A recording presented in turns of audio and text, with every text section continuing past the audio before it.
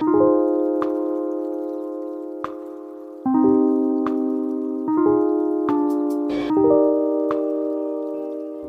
back to the Indiewood Podcast, where we talk about indie films, how to make indie films, and the many hats we wear in order to make those indie films. And you would think this is season 3, but it's not. The season's over. Soma Helmi left. She was a great guest, great wealth of knowledge. This is a special mid-season episode. And with me, I have a friend, a colleague. And that's it. I was like, yeah. Is there anything else? No. And a not award-winning filmmaker. Is there anything else? Actually, 48-hour film festival. I was going to say, is there anything beyond kind of like friend and colleague in the personal sense? No. I haven't gotten to the professional. I'm just another ant on the anthill of LA. Because you just moved back here recently from Seattle via Texas. And you were here originally in 2004. Yeah. And I'm sure a lot has changed in 20 years. Not to age you. Man, I was going to say. You were 10 years old when you were here originally. Like, when you were thinking about that, I was like, please don't remember the date. You 14. You were a child. 14. Yeah, Sarah. You were a child.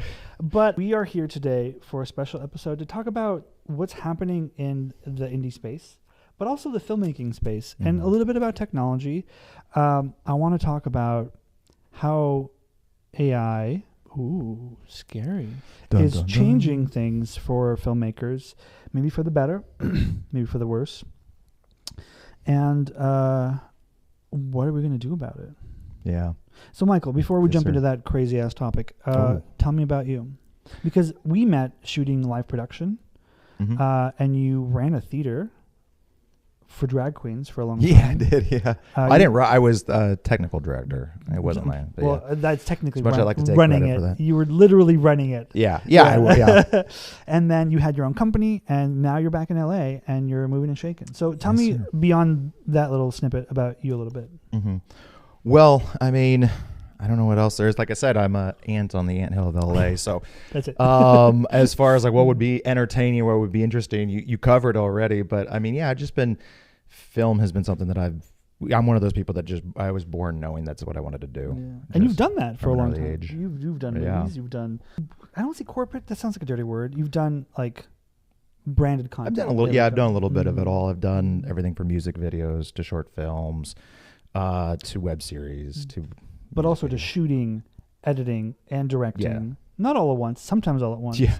But I think you're the epitome of someone who wears many hats, which is the quintessential indie filmmaker. That Swiss Army knife that they always talk about. Yeah. The jack of many trades, the expert of none. What is it? Jag off of many trades. It's the sorry. Jack of all trades is a master of none. Jack of all trades, master of none. But okay.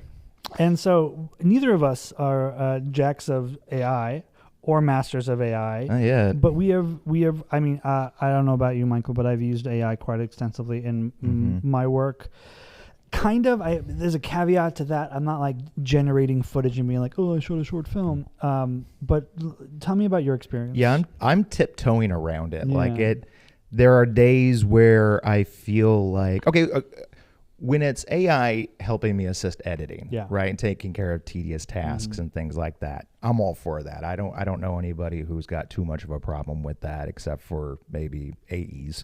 But they're out of the job. Yeah, it'll morph. But so like those ones. But then I've tinkered, and I certainly keep on top of it because it would be irresponsible for me to not. But it's kind of like this moral dilemma.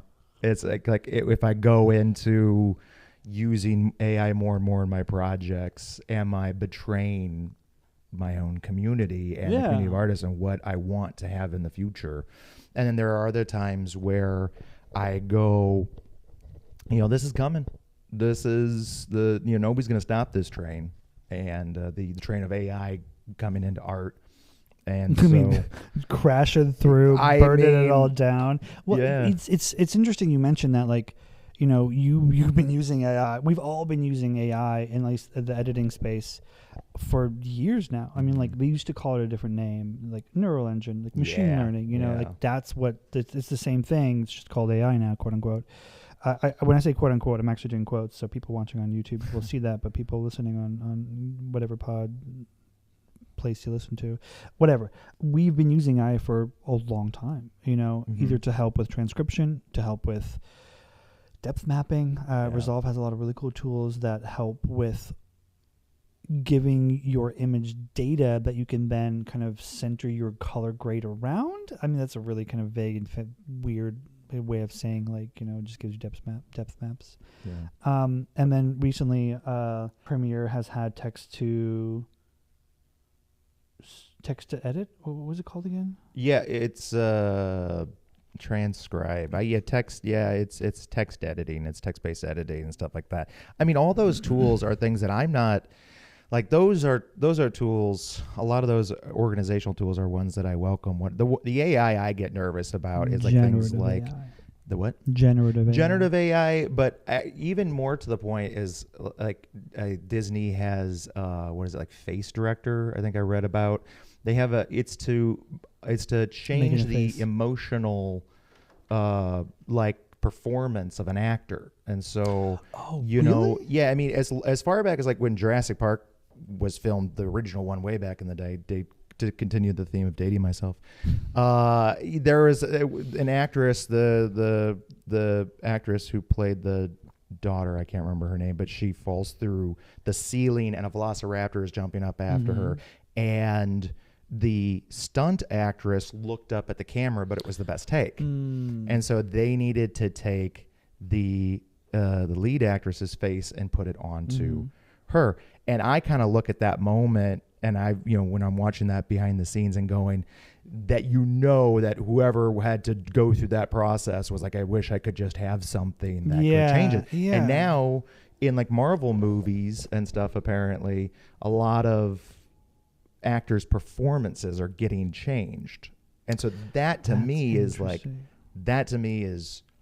okay, now what are we doing? See, there's a good version of this, what you just said, but for dubbing. And I think that's really cool because I grew up in Soviet Russia and all the films weren't really dubbed. It was just the movie track was lowered, and there was somebody talking over the movie track while the movie was happening.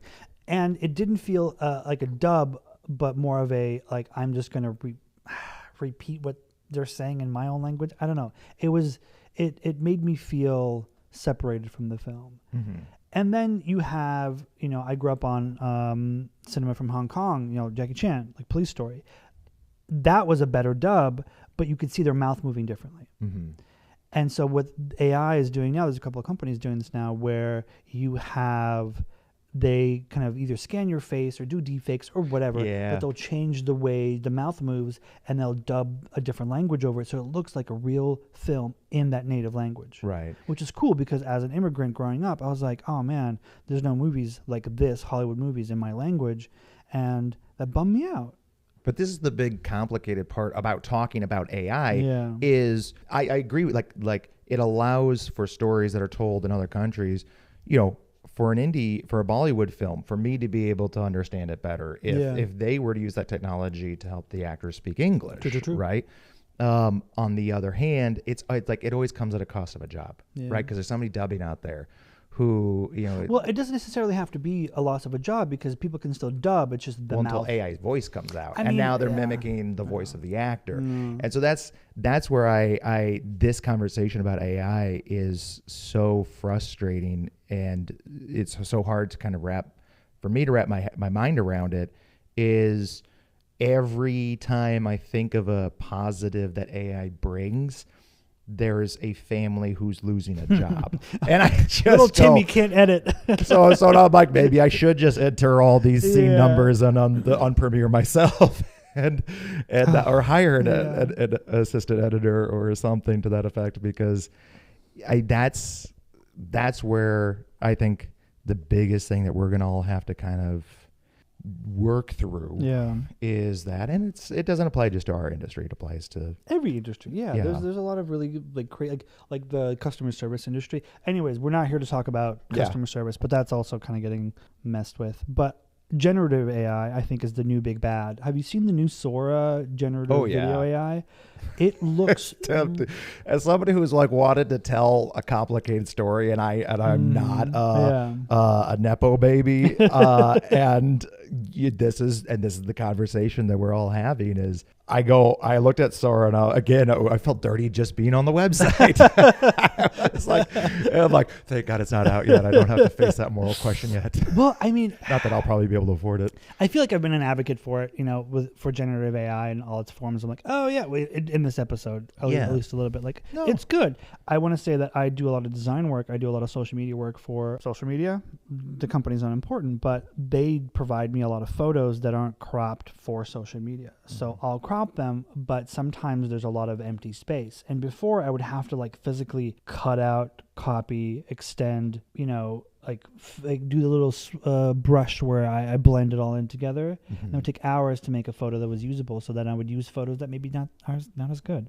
Right. And so now I'll take a photo that's 16 by 9, crop the content that I need, regardless of what kind of, like outlier or, how far it goes out of the photo, and then just have Photoshop generative AI, like, fill it in. Right. And it looks so good. Right. And it's saving me so much time, and it's making me utilize photos that have better content, just because the edges might be or might not be there, like it's not important anymore. Yeah. And then on top of that, me and you did a short film in December, and we shot a lot of streets because it was based around it was a war film, and so we needed streets that were empty, and so we shot during street cleaning, but then there were still moments where there was cars. Yeah. And so I went in and I took a frame out, I cut out those cars, used generative fill to fill them in with, a street or whatever. Yeah. So, and then I put that frame back in, or used those generative elements as masks for the actual moving image. Right.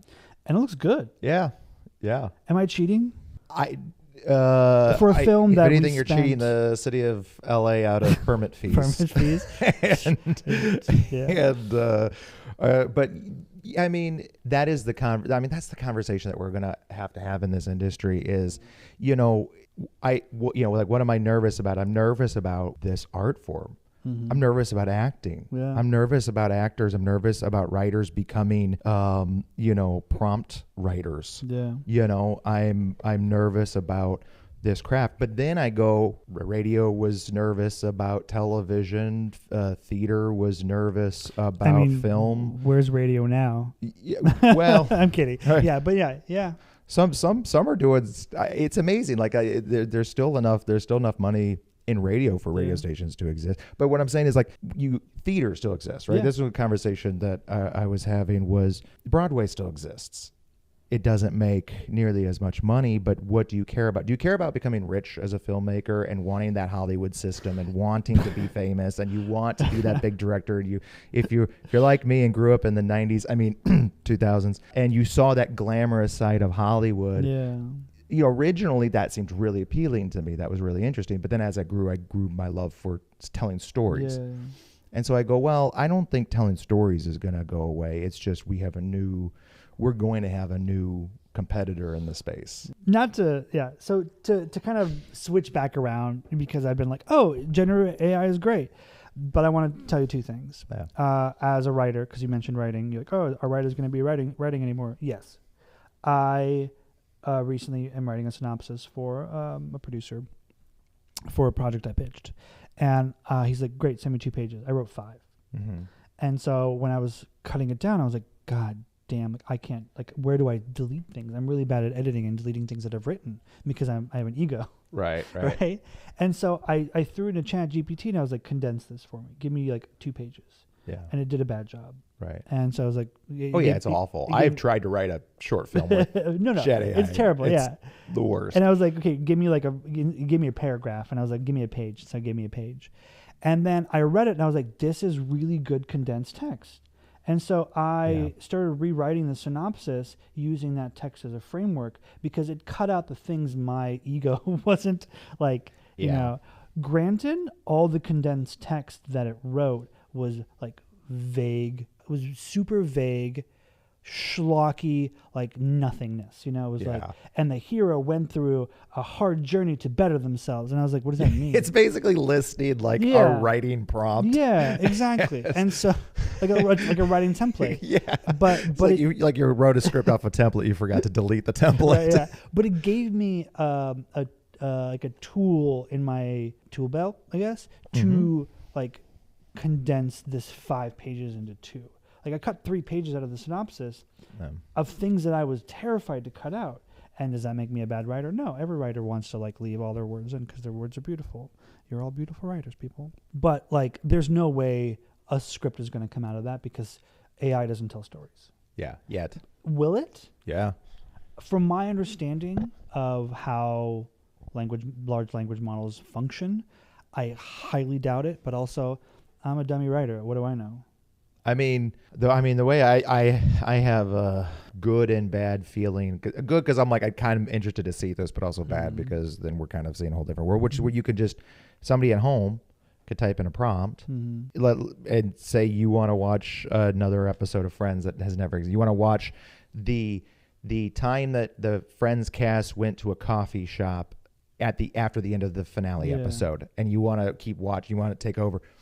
If what NBC Universal makes a deal with an AI generative program and they cut deals with the creators and they give them a cut and they say, allow people at home to just prompt a new episode of Friends, prompt a new episode of your favorite TV show, of House, or whatever. And now you can sit down and you can watch it, because I mean with Sora we're in the beginning of AI and Sora's already putting together. Sora looks good, but also it's a small sample probably. I mean I'm sure they have a million videos that are terrible. There are, and they found the 5 that are amazing. But at the same time, that's today. What's 10 years from now? From my rough understanding of how these models function, is they're predictive. Right? Yeah.